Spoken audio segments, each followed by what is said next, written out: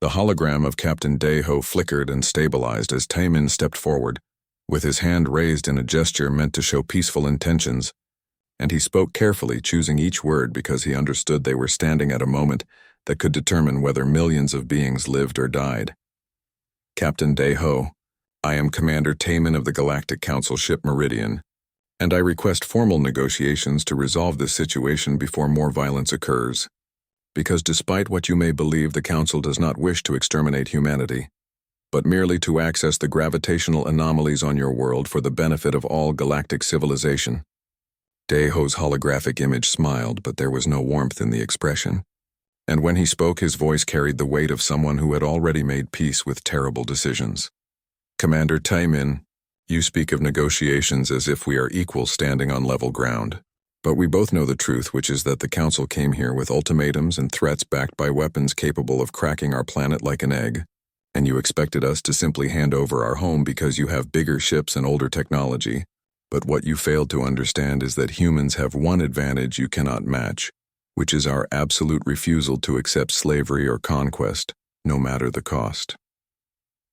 Above on the Meridian, the situation was deteriorating rapidly as the Council warfleet arrived in Earth's orbit, consisting of 47 warships carrying enough firepower to sterilize the planet's surface 3 times over, and the fleet admiral immediately demanded status reports from Taemin, while simultaneously beginning tactical preparations for orbital bombardment. But before any weapons could be charged, every single ship in the fleet experienced simultaneous system failures across navigation, communications, and weapons control, and Minji watched in horror as the Meridian's computer systems began displaying error messages in human languages mixed with code that rewrote itself faster than she could. Track Agent Kyung-soo pulled out a weapon and aimed it at the holographic projector showing Daeho's image. And he shouted that this was all an elaborate bluff because humans did not have the capability to affect Council technology on such a massive scale. But Dr. Hana grabbed his arm and pulled the weapon down, while explaining that the evidence clearly showed humans had achieved something extraordinary. And she turned to the hologram and asked the question that had been bothering her since they entered the underground chamber. Where are your people? Captain Daeho, where are the 9 billion humans who lived on Earth's surface just 3 months ago? The hologram's expression shifted to something that might have been sadness or perhaps pride, and Daeho gestured toward the massive cylindrical structure behind him. They are here. Dr. Hana, all of them are here in a manner of speaking, because when we realized the Council would never allow us to keep our world through diplomatic means, we made a choice that no species in galactic history has ever made before, and we took every human consciousness and linked them together into a single network that spans this entire planet and allows us to operate our defense systems with perfect coordination and unlimited processing power. Taemin felt his stomach drop as he understood the implications of what Daeho was describing, and he asked in a voice barely above a whisper, "You put your entire species into stasis and connected their minds to a computer network? But that kind of neural linkage technology is dangerous and unstable, and even the most advanced Council species have never attempted it on more than a few thousand individuals at once, because the risk of permanent psychological damage is too high." Daeho nodded slowly. "Yes, Commander, we know the risks and we accepted them because the alternative was to lose Earth forever and become subjects of a galactic empire that sees us as primitives to be exploited. And over the past 5 years, while you thought we were ignorant and helpless, we were actually building this network and training our people to operate as a unified consciousness. And we had help from someone who understood both human determination and Council arrogance." A second hologram materialized beside Daeho, and Taemin recognized Engineer Yuna, who had disappeared from Council space 2 years ago after being accused of sharing classified technology with unauthorized species, and she looked directly at Taemin with eyes that held no apology. "Hello, Commander. I suppose you are surprised to see me here, but I could not stand by and watch the Council destroy another civilization just to harvest resources they did not need. And humans showed me that there was another way to exist in this galaxy, besides constant expansion and exploitation." On the Meridian, Hyunwoo had managed to return from his crash landing, and he brought with him a human civilian who had found him on the island and helped repair his shuttle enough to fly, and the human woman introduced herself as Soo-jin, and explained that she was one of the few thousand humans who remained outside the network to serve as physical caretakers and emergency responders. And when Hyunwoo asked why she was helping a council pilot, she said simply, "Because you did not shoot me when you had the chance, and that suggests you might be different from the others who see us as obstacles to be removed." Minji completed her analysis of the network structure, and what she discovered made her hands shake as she compiled the report. Because the human consciousness network was not just controlling Earth's defense systems, but had actually infiltrated every piece of council technology in the solar system.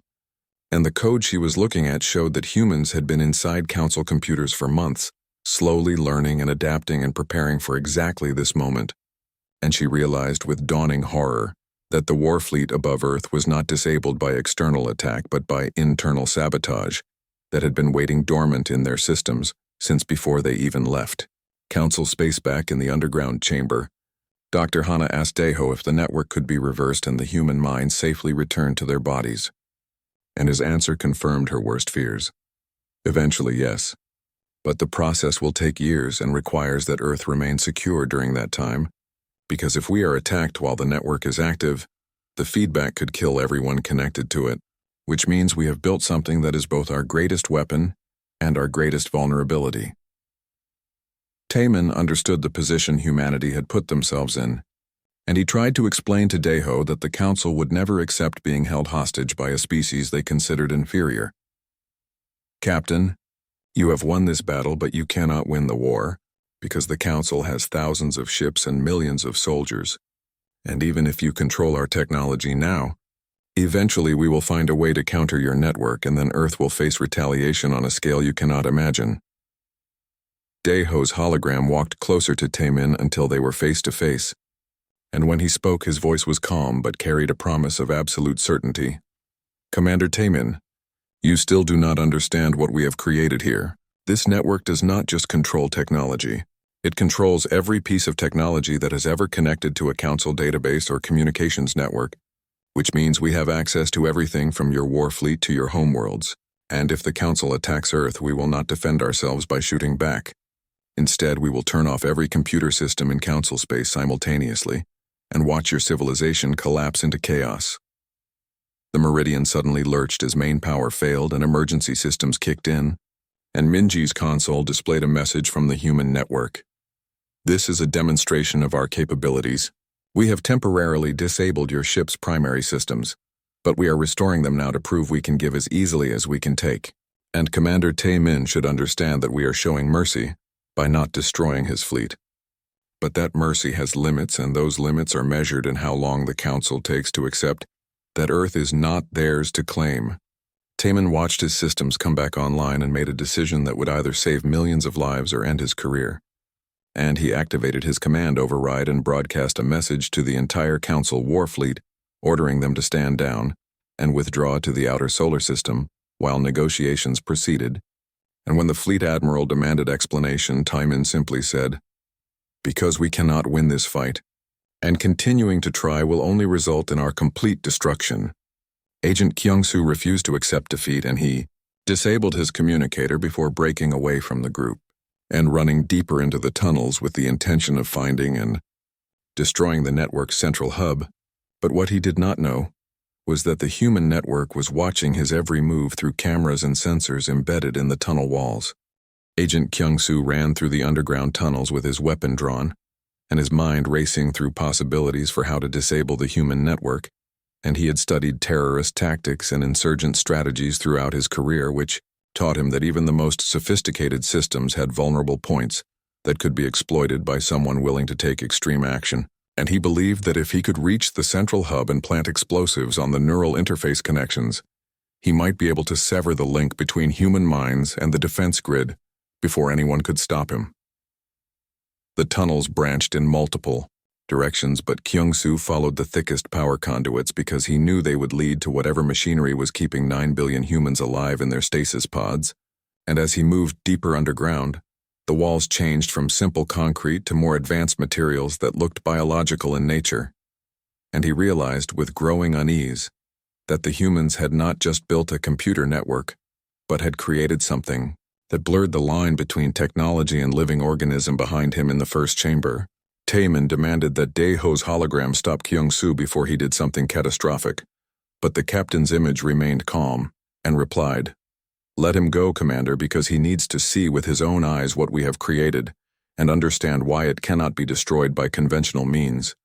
And perhaps when he reaches the central hub, he will finally grasp the full scope of what humanity has accomplished." Dr. Hana was analyzing the network architecture using her portable scanner, and what she discovered made her gasp, because the human consciousness network was not contained in computer servers or data storage, but rather existed as a living quantum field that connected every human brain in the stasis pods through electromagnetic resonance. And destroying the physical infrastructure would not stop the network, but would instead trap all those minds in limbo between life and death, with no way to return them to their bodies. On the Meridian, Hyunwoo sat with Sujin in the medical bay, while technicians examined her to make sure she was not carrying any biological weapons or technological surveillance devices. And during the examination they talked about their respective species, and she explained that humans had never wanted conflict with the Council, but felt they had no choice after diplomatic attempts were ignored. "We sent ambassadors and scientists and cultural representatives to your worlds for decades, and we tried to show you that we could be valuable partners in galactic civilization. But the Council only saw us as a source of resources to be extracted, and when you issued the ultimatum demanding our gravitational zones, we knew that cooperation was never really an option for species you consider beneath you." Hyunwoo listened and felt shame burning in his chest, because he had participated in 3 previous Council operations against primitive species, and in each case he had justified his actions by believing the official narrative that the Council was bringing progress and civilization to backwards worlds. But Sujin's words made him question everything he thought he knew about his government's motives and methods. Minji received a priority transmission from Council High Command, and when she decoded the message, her blood went cold, because the leadership had decided that Earth represented an unacceptable threat to galactic stability, and they were ordering the fleet to deploy planetary destruction weapons, regardless of casualties or consequences. And the transmission explicitly stated that losing one war fleet was preferable to allowing humans to maintain control over Council technology.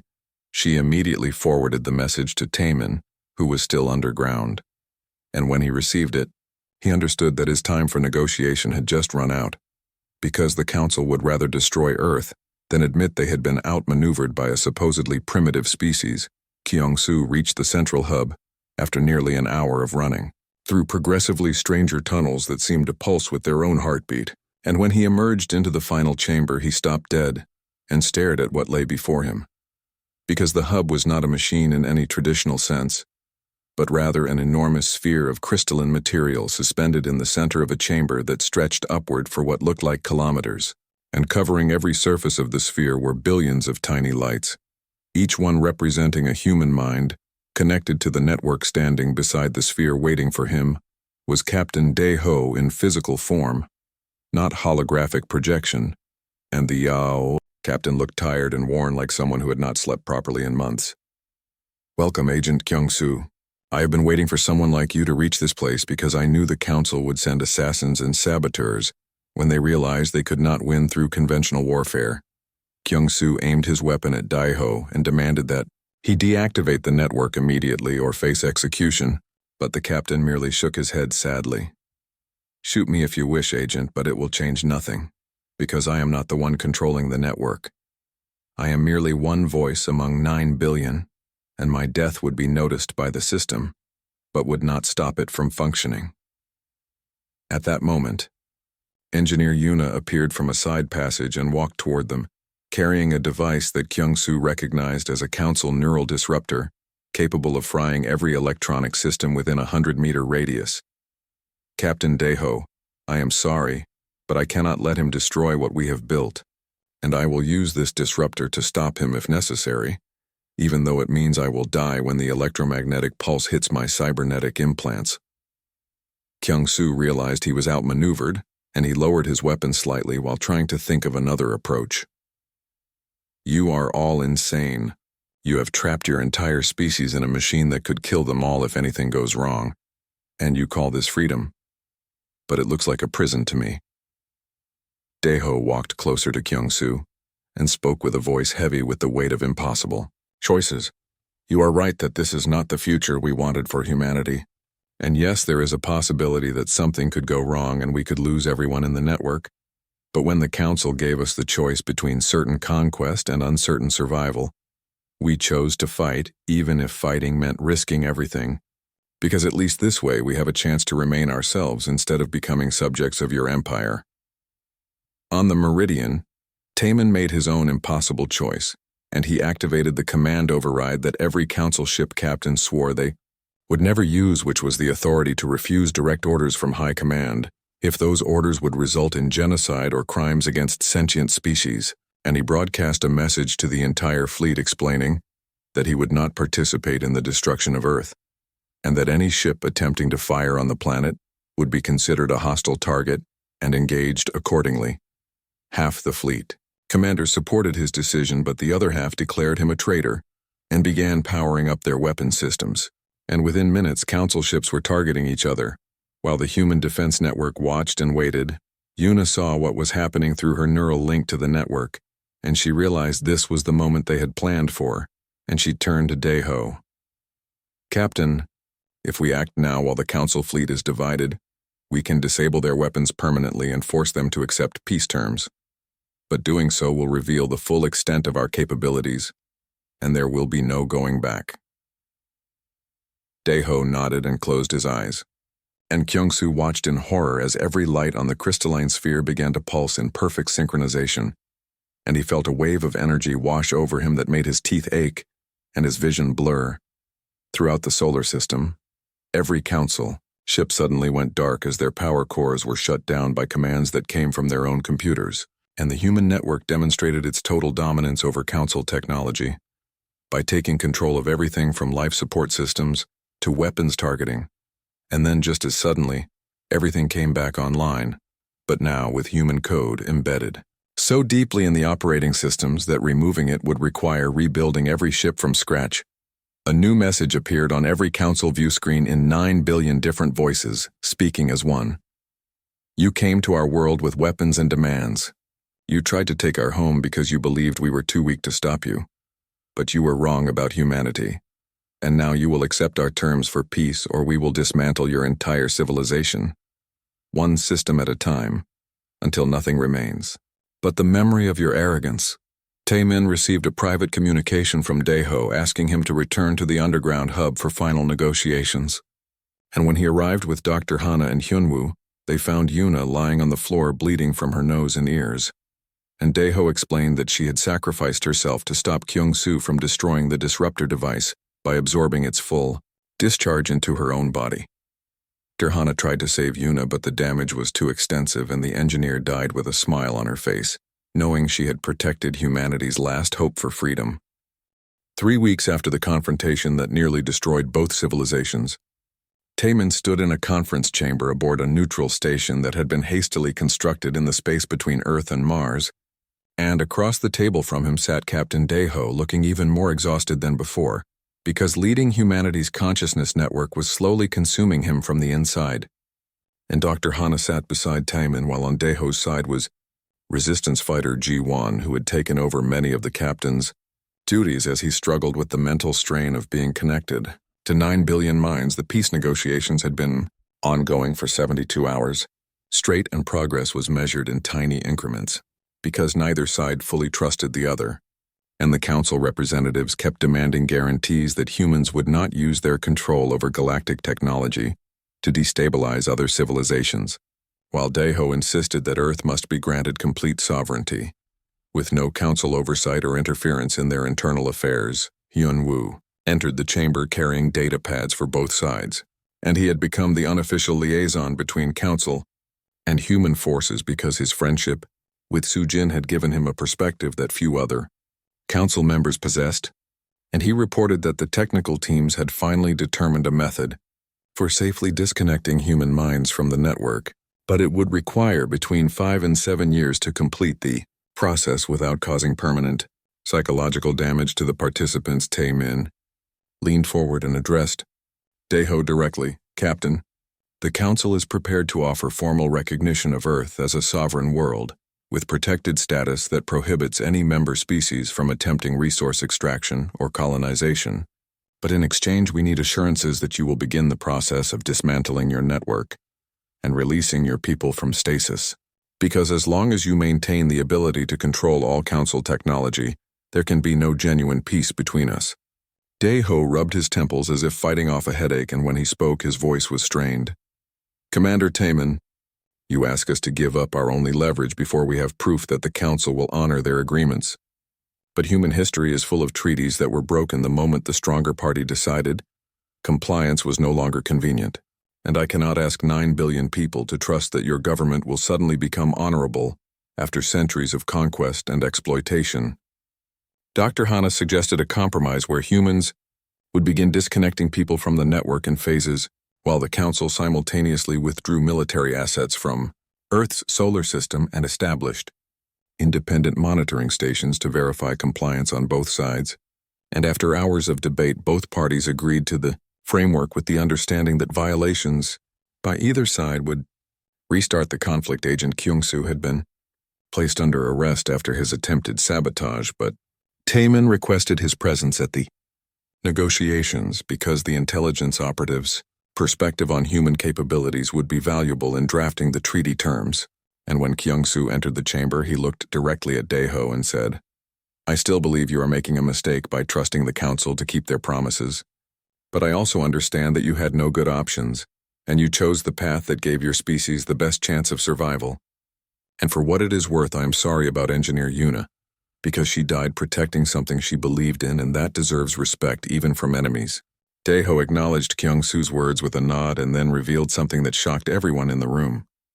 Agent Kyung-soo, before she died, Yuna told me that you hesitated when you had the chance to destroy the network hub, and she believed that hesitation meant some part of you understood why we did what we did, and she asked me to tell you that the Council does not have to be an empire built on conquest, because there are other ways to organize galactic civilization, if enough people are willing to imagine alternatives.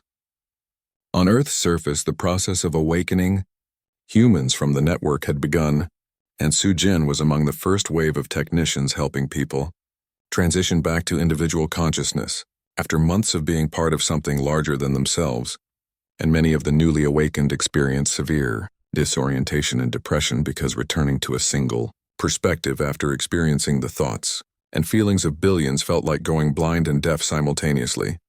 Minji had volunteered to help develop the medical protocols for treating network disconnection syndrome, and she worked alongside human doctors and psychologists to create support systems for people struggling with the transition. And through this work, she became friends with several humans, including Jiwon, who taught her about Earth's diverse cultures and helped her understand why the planet meant so much to its inhabitants. Hyunwoo and Sujin had grown closer during the peace negotiations, and they spent their free time exploring the neutral station together while discussing possibilities for cooperation between humans and Council species. And Sujin explained that most humans did not hate the Council, but rather feared losing their identity and autonomy in a galaxy where might determined right. And Hyunwoo admitted that his species had participated in activities he now recognized as colonialism dressed up in language about progress and civilization.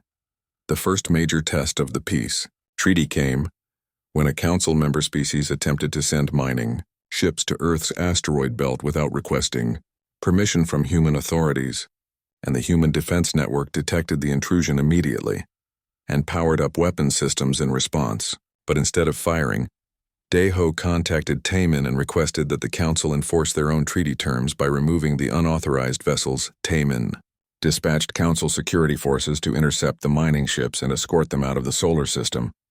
And this action demonstrated to humans that at least some Council members were serious about respecting Earth's sovereignty. And gradually trust began to develop between former enemies, though it remained fragile and easily damaged by misunderstandings. Captain Daeho stood in the central hub chamber and looked at the crystalline sphere that held the consciousness of billions of his fellow humans. And he knew that his time connected to the network was coming to an end because the mental strain was unsustainable, and soon he would need to disconnect permanently or risk losing himself entirely in the merged minds. He used his neural link to communicate with the network one final time and asked, them if they believed the sacrifice had been worth it. And the response came as a wave of emotions and thoughts from 9 billion individuals who had given up years of their lives to protect their world.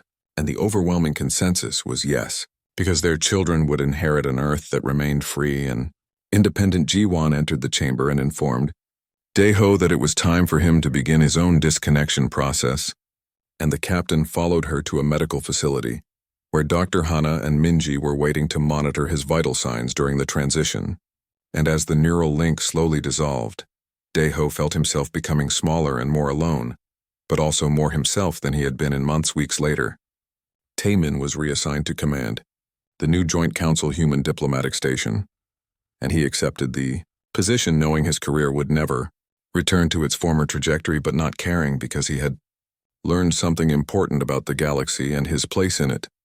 And he spent his days working alongside humans like Jiwan to build frameworks for cooperation that respected the sovereignty of all species.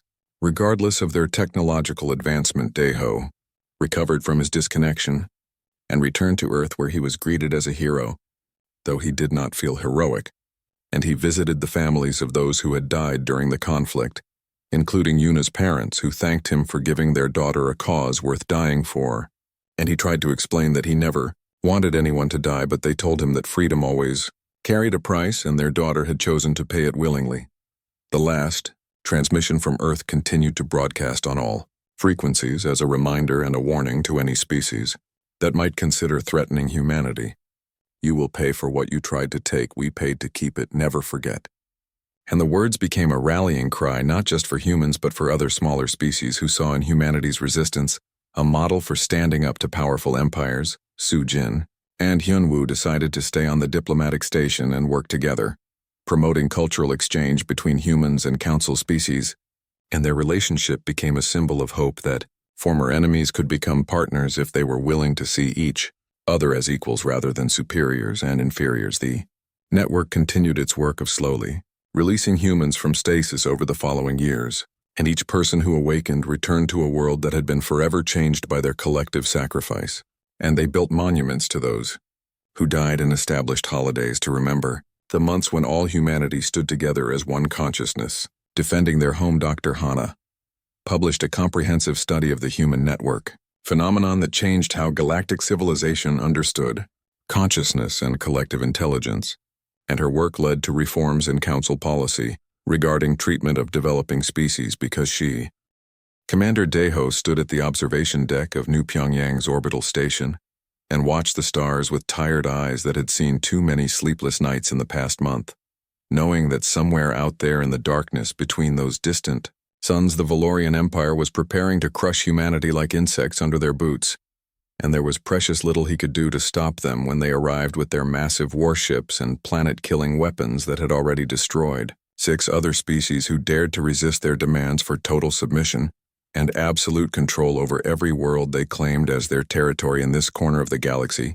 where humans had only recently begun to establish colonies after finally achieving faster-than-light travel just 30 years ago.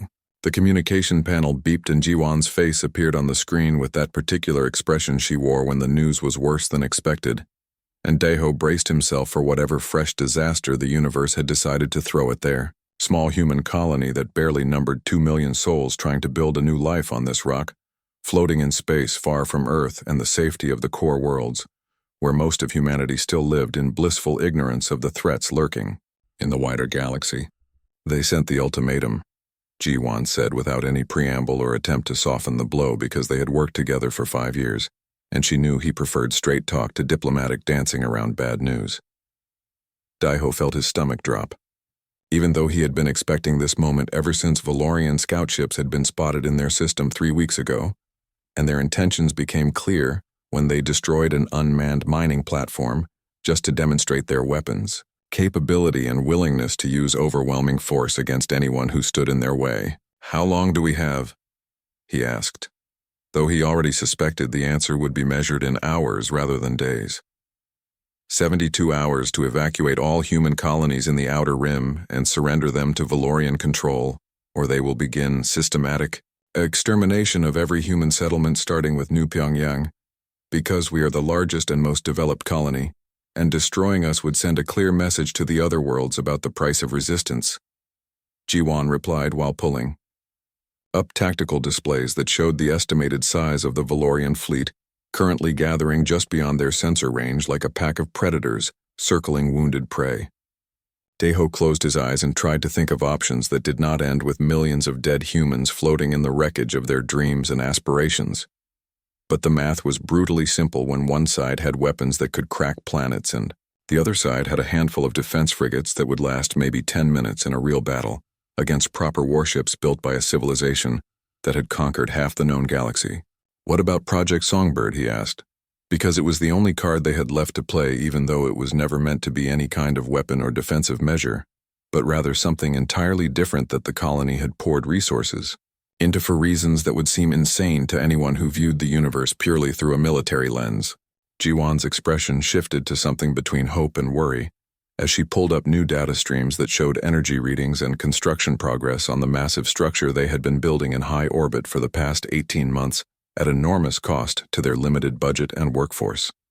Final systems are coming online now, and Youngmi says we will be ready for the opening ceremony in 48 hours if nothing goes wrong with the last calibrations, she reported, while highlighting sections of the orbital construction that glowed, with power signatures that could be detected by anyone with decent sensors. That was when Hyejin burst into the command center with her tablet, displaying intercepted Valorian communications that she had been monitoring through their network of spy satellites and listening posts scattered throughout the system to give them any possible advance warning of enemy movements. We have a massive problem, Hyejin announced while throwing the data onto the main display where everyone could see the translations of Valorian military chatter that had suddenly become frantic and alarmed over the past 6 hours. Daeho read through the intercepted messages with growing disbelief as he realized what the Valorians thought they had discovered orbiting New Pyongyang and why their invasion timeline had suddenly accelerated from a methodical conquest to a panicked rush to destroy something before it became operational. The Valorian fleet commander, Admiral Vextar, had sent urgent reports to his superiors claiming that human colonists were constructing a superweapon of unknown design and capability based on the energy signatures and the scale of the orbital structure, and the amount of resources humanity had diverted to its construction, despite being technologically inferior in almost every other military category. They think Project Songbird is a doomsday device, Hyejin said with a laugh that bordered on hysteria, because the truth was so absurdly different from what the Valorians feared that it would be funny if their lives did not depend on this massive misunderstanding. Jiwan pulled up more intercepted communications, showing Valorian analysis of human data fragments they had stolen through their intelligence operations, and every piece of evidence they examined only reinforced their paranoid conclusion that humanity was building something terrible and desperate in orbit around their colony world. The Valorians had noted that Project Songbird consumed 40% of New Pyongyang's entire colonial budget and required advanced materials imported from 3 other human worlds, and involved construction techniques that humanity had never used before on this scale, and the energy requirements were enormous for reasons the Valorian analysts could not explain through any conventional military framework they understood. They are moving up the invasion, Daeho said as he studied the fleet positioning data that showed Valorian warships breaking from their holding pattern and beginning their approach vector toward New Pyongyang at speeds that indicated they were abandoning caution in favor of striking before the perceived human superweapon could be activated. The command center fell silent as everyone processed what this meant for their chances of survival, because 72 hours had suddenly become something closer to 48 hours or less, and the Valorian fleet was coming in hot with enough firepower to sterilize their entire world multiple times over. Do we tell them the truth? Jiwan asked the question that everyone was thinking but nobody wanted to voice because explaining what Project Songbird actually was would sound insane to a military empire that only understood power through the lens of weapons and conquest. Daeho looked at the display showing their beautiful construction floating in orbit, with its elegant curves and massive internal spaces designed for purposes that had nothing to do with death or destruction, but everything to do with what made humans different from the Valorians and their brutal philosophy of galactic domination. Prepare our defense fleet such as it is and get Captain Sunho ready to deploy every ship we have, even though we all know how this ends if it comes to battle. Deho ordered, while making the hardest decision of his career as he chose to gamble. Everything on a truth that the Valorians would never believe until they saw it with their own eyes. The Valorian war fleet jumped into human space 3 days early, with twice the expected number of ships and enough weapons to end human colonization in the Outer Rim permanently, and Admiral Vextar sent one final ultimatum demanding immediate surrender, and access to the human superweapon, or New Pyongyang, would cease to exist within the hour, as an example to anyone else who dared to challenge Valorian supremacy in this region of space. High Executor Thrain sat upon his command throne aboard the Imperial flagship Eternal Dominion and studied the intelligence reports about human activity with the kind of cold, analytical focus that had kept him alive and in power for 30 years, while lesser Valorians fell to assassination or political purges that were standard practice in an empire built on fear and absolute authority that tolerated no weakness or hesitation from its leaders. The holographic display floating before him showed the orbital structure humanity called Project Songbird, and every sensor reading suggested this was something dangerous and unprecedented in a way that made his tactical instincts scream warnings about underestimating an enemy, just because they appeared primitive compared to Valorian military might. Tactical Officer Minji worked at her station in the Human Command Center on New Pyongyang and tracked the Valorian fleet movements with the methodical precision of someone who knew that one mistake or missed data point could mean the difference between survival and extinction for everyone she had ever known or cared about in this colony.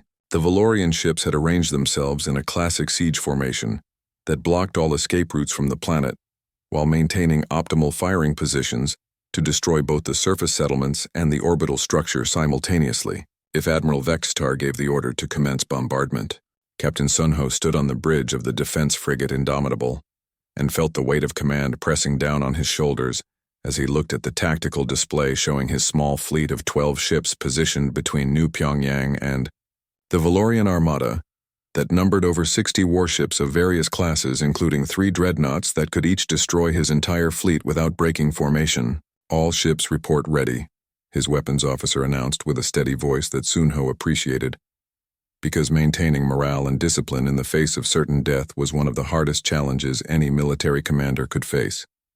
Seo Yun reviewed her research notes on Valorian psychology and cultural history in the xenobiology lab, deep inside New Pyongyang's underground complex, where the colony kept its most sensitive research facilities and emergency shelters that would do absolutely nothing to protect them if the Valorians decided to crack the planet's crust with orbital bombardment. What she had discovered in the past 72 hours of frantic research might be the key to understanding why the Valorians were so terrified of Project Songbird, despite having no concrete evidence that it was actually a weapon, rather than what the humans claimed it to be.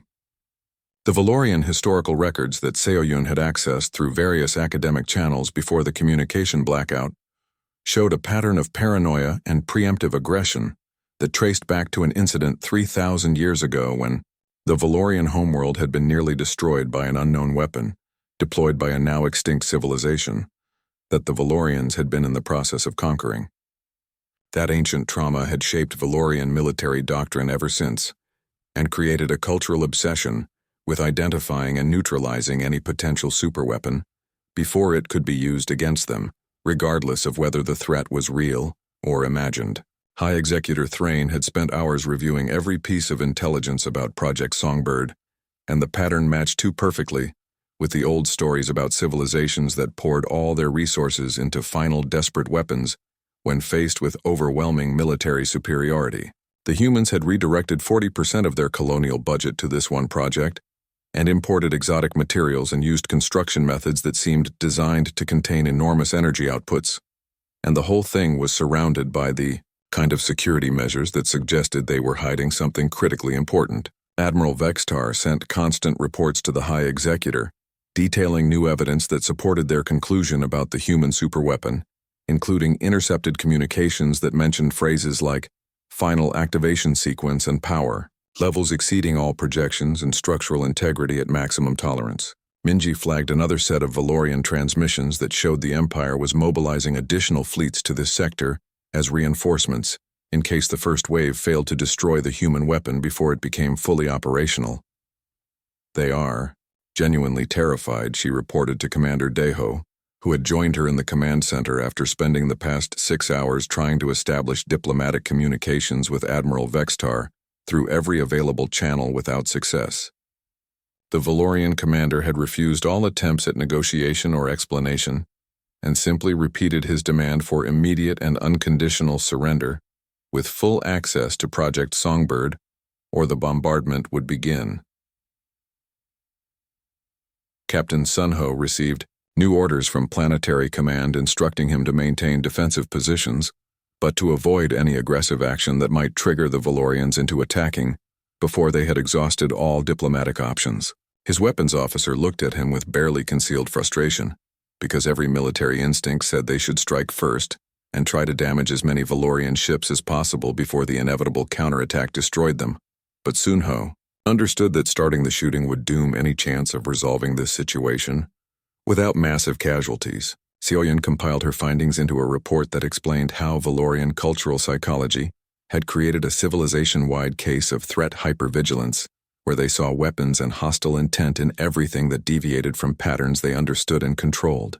The more she studied their behavior patterns, the more she understood that the Valorians were not cruel for cruelty's sake, but rather operated from a place of deep existential fear about being destroyed by something they failed to see coming, just like their ancestors had nearly experienced 3 millennia ago. High Executor Thrain called an emergency council meeting with his senior military advisors and demanded updated projections on what would happen if the human weapon was allowed to activate before they could destroy it. The Valorian scientists admitted they had no concrete data on what Project Songbird actually did, but the energy signatures suggested it was capable of effects on a planetary or even stellar scale, and the fact that humans had invested so heavily in its construction, despite being outmatched militarily, suggested it was their ultimate deterrent. Destroy it now before we lose the initiative, one admiral argued while displaying tactical scenarios that showed the Valorian fleet being devastated by unknown weapons effects emanating from the human orbital structure. Another advisor cautioned that acting too hastily might trigger automatic defense protocols and cause the very disaster they were trying to prevent. But this argument was drowned out by the chorus of voices calling for immediate action. Minji detected power fluctuations in the Valorian fleet that indicated they were charging their main weapon systems and preparing for coordinated bombardment. "They are going to fire," she announced with forced calm, while her hands flew over the controls to alert all defense stations and emergency shelters across New Pyongyang. Captain Sunho received the same sensor data and ordered his fleet to move to intercept positions, even though 12 frigates against 60 capital ships was not a battle, but rather a sacrifice to buy a few more minutes for the civilians below. Commander Deho made a decision that would either save humanity's presence in this sector or doom it forever, as he opened a direct communication channel to Admiral Vextar and transmitted a message that bypassed all the usual military protocols. "You want to see our weapon?" Deho said with a calmness he did not feel. While behind him, Jiwon worked frantically to implement the emergency plan they had discussed, but never thought they would actually need to execute. Admiral Vextar appeared on the screen with his alien features twisted into an expression that universal translators rendered as contempt, mixed with fear. "You will open Project Songbird to immediate Valorian inspection, or we will destroy it and your colony within the next 10 minutes, the Valorian commander stated flatly. Deho took a breath and made the offer that would change everything about this confrontation in ways that nobody could predict. "Come aboard and we will show you everything. But you will not believe what you find even when you see it with your own eyes, because your entire empire has forgotten that some civilizations build things for reasons that have nothing to do with killing and conquering." The Valorian fleet held position while Admiral Vextar considered this proposal and calculated the odds of walking into a trap versus the intelligence value of examining the human construction from inside before destroying it. "I will bring a full security detachment, and if this is deception, your colony dies first," Vextar replied while signaling his assault teams to prepare for boarding operations. Minji watched the tactical display show Valorian shuttles launching from the flagship and heading toward Project Songbird with enough firepower loaded aboard to fight a small war if the humans tried anything hostile. Captain Sunho kept his fleet on high alert because the Valorian warships had not stood down, and remained in firing positions that could unleash devastation in seconds if their commander gave the order. It disrupted their threat assessment framework and forced